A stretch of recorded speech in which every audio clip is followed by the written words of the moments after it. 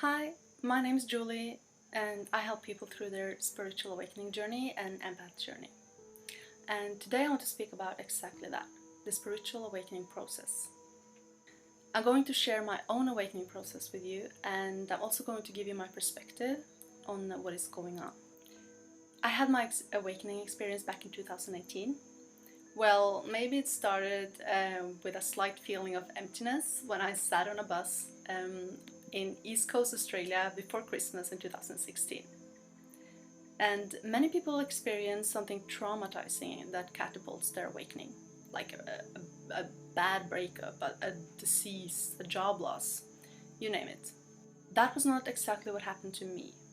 I've had challenging experience in the past, no doubt, but it came to me in a moment of peace. It was in a moment where I felt like I finally had it all together.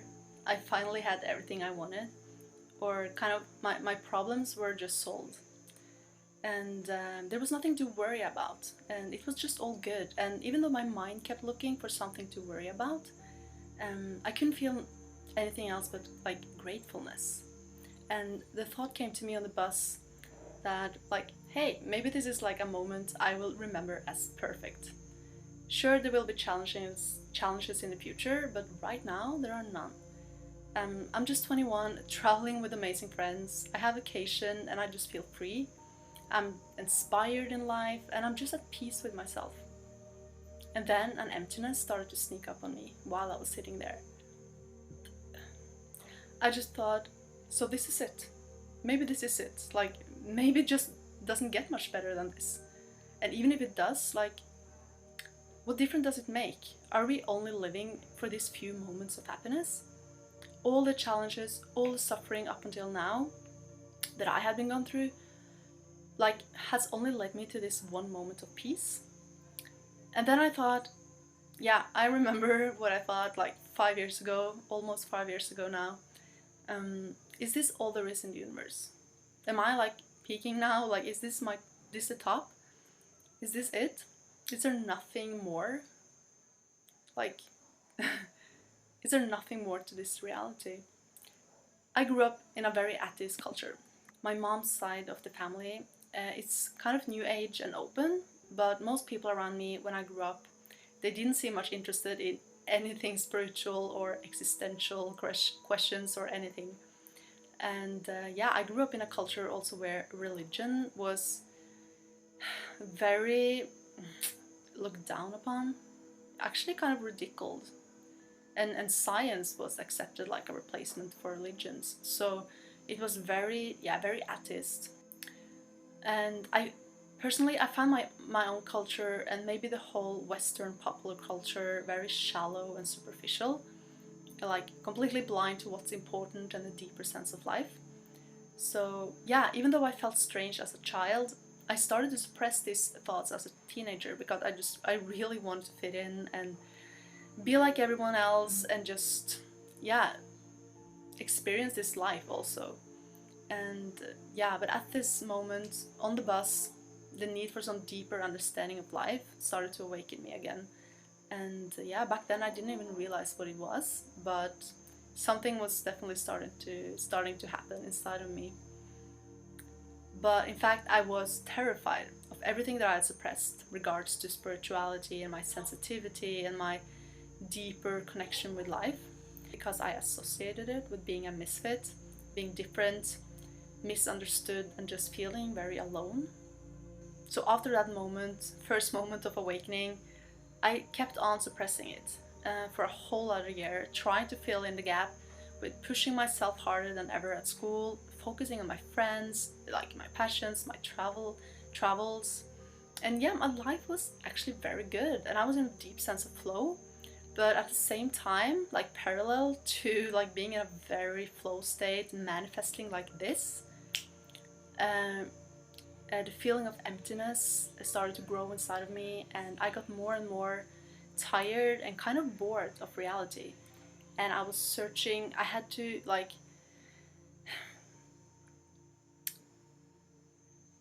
try harder and harder to find something in the external reality to fill in on the gap that was growing in my internal reality. So in 2018, the year after, I traveled alone for the first time to South America. And for the first time, I was able to live in a different culture with a different mindset and beliefs, with very little influence of my own culture. So, and the mindset of and beliefs in South America, they were very different from the Scandinavian collective mindset that I was used to. And this made me see through a lot of the bullshit rules that I was following because of my culture that didn't benefit me at all. I just did it because everyone else was doing it, right? And I was able to see the Norwegian culture from the outside, and I was able to see that it was a bubble. And you can read about these things, but I really experienced it. Like, wow, it's actually everything that people think is real and true is actually just a belief. And yeah, the bubble consisted of like norms, lifestyle, and life aspirations that everyone just really believed in somehow. Anyway, when I came back home and continued my university degree, my awakening started to really happen full speed. And the questions that I had suppressed came back to the surface, and I just couldn't deny it anymore. Something was going on in me, and it was just. It completely took over my whole reality. And I was wondering questions like, what's the point of life? What's the point of this education and like having a future job just to keep humanity going? For what? For survival? What's the point of anything? Is this reality even real? What am I? Like, what is this existence? Is this 9 to 5 human life all there is to existence? Except a few moments of peace and a vacation once in a while? And that fall, I became super sensitive, and I just naturally moved away from meat and processed food and alcohol. I stopped watching news and mainstream movies and music because I just felt so drained. It felt so heavy suddenly. And I wanted to go I wanted to learn more about yoga, meditation. I just loved being in nature, and I needed to be in nature. It was the only place I felt like I found some peace. I started to listen to high frequency music, and yeah, to focus on like organic, natural, living, vibrant food. And I didn't understand what was going on back then, but now I understand that I got very sensitive to energies. And I'll speak more about that in a later video. So for me, reality didn't really feel real anymore. It felt almost like a big joke, but something that everyone seemed to believe in somehow. It felt like I was in a dream, and that I had woken up inside that dream, and that I had no idea what was going on inside of me. It was terrifying. I felt like I was the only one on the planet, and that I had gone mad. Completely lost my mind, but it was going on. I couldn't deny that it was happening. And I remember one day I was at school and I just couldn't be there anymore because the feeling of depression and emptiness, it got me so strongly. It felt so completely pointless to sit on a bench and study hour after hour after hour instead of living my life. So instead I took a walk in the hills around my school. And I remember I was walking and I didn't understand anything except that my old reality, it didn't make sense anymore. It didn't make me happy. It felt so pointless, so meaningless, so empty. And I felt like something was going on, and I just couldn't stop it. I could already back then understand that this was a permanent change. It was not temporarily, and there was no going back after that. Like, no matter how much I wanted to, and I tried to like go back to my old life that I was pleased with, that I actually liked, I couldn't deny what was happening. So after that, I went through dark night of the souls, and I questioned that, like, I questioned even what I was. Like, Julie and my personality, it didn't feel like me anymore. It didn't feel real. I suddenly remembered that I had heard something about 2012 and like a big change on Earth from an event my mom brought me to when I was 16. And I remember that he spoke about a shift in consciousness. And it popped up in my mind, and I was like, I don't know, this is the only thing I want to figure out now, because I need to hold on to something. I need to figure out what is going on with me. So I searched for the shift in consciousness that he was speaking about, and then spiritual teachers started to pop up on my YouTube channel and my YouTube feed, and I finally discovered that spiritual awakening is a real thing. I wasn't the only one, and it wasn't hard for me to realize that what was going on inside of me was a spiritual awakening, and I experienced exactly what I was speaking about, like most of it. So this video is for everyone on the spiritual awakening journey, but I especially want to dedicate it to you that find yourself in that moment where you just realize that something is going on with you and you can't deny what is happening to you anymore. I have been there and I get it. Like, everyone's journey is different, and maybe you experienced some of what I went through or maybe not. Either way, it is real, and the sooner you accept it and come to terms with it, the better, or the less suffering you will experience. So there is much more I can share on my awakening, but I'll save that for later videos. Ultimately, the awakening is you shifting from a third dimensional perspective into a fifth. And this might resonate with you or not. Take it or leave it. But most people are going through several awakening phases, which are transitions between the two dimensions. And some call it the fourth dimension. So this is a phase. The first phase is where you question. Your perspective or worldview is heightened, so you see more than what you were able to see before. But duality still exists. So right and wrong, good and bad, is felt very strongly. And you feel maybe even more separated from everyone else and the world. And this is a very rough phase for many, myself included. The separation, like as you are transcending into oneness, the separation you have been living in becomes very visible. So this is where you might find yourself getting angry at the current system. The educational system, the working life, the healthcare system, the financial system, the political system, you name it. Just honor this phase because it is a very important phase, and it might also be very tied to your purpose. It depends a little bit. This is also probably where you might get into conspiracy theories, if you feel drawn to that. I'm sorry I'm using these terms, but I'm using conspiracy theory, like that term, because most people know what I mean. Basically, you understand that reality isn't what you thought it was. It wasn't the way it was presented to you, and there is more to this world, and you are starting to seek for the truth. And many of us can become a little bit lost in truth seeking, as it can become very negative and create more fear and duality. It can also leave you with a feeling of disempowerment. But if you feel called for it, go for it, 100%. But I do recommend that you notice how information makes you feel, and whether or not it actually helps you improve your life, and whether or not it actually helps you to find your path.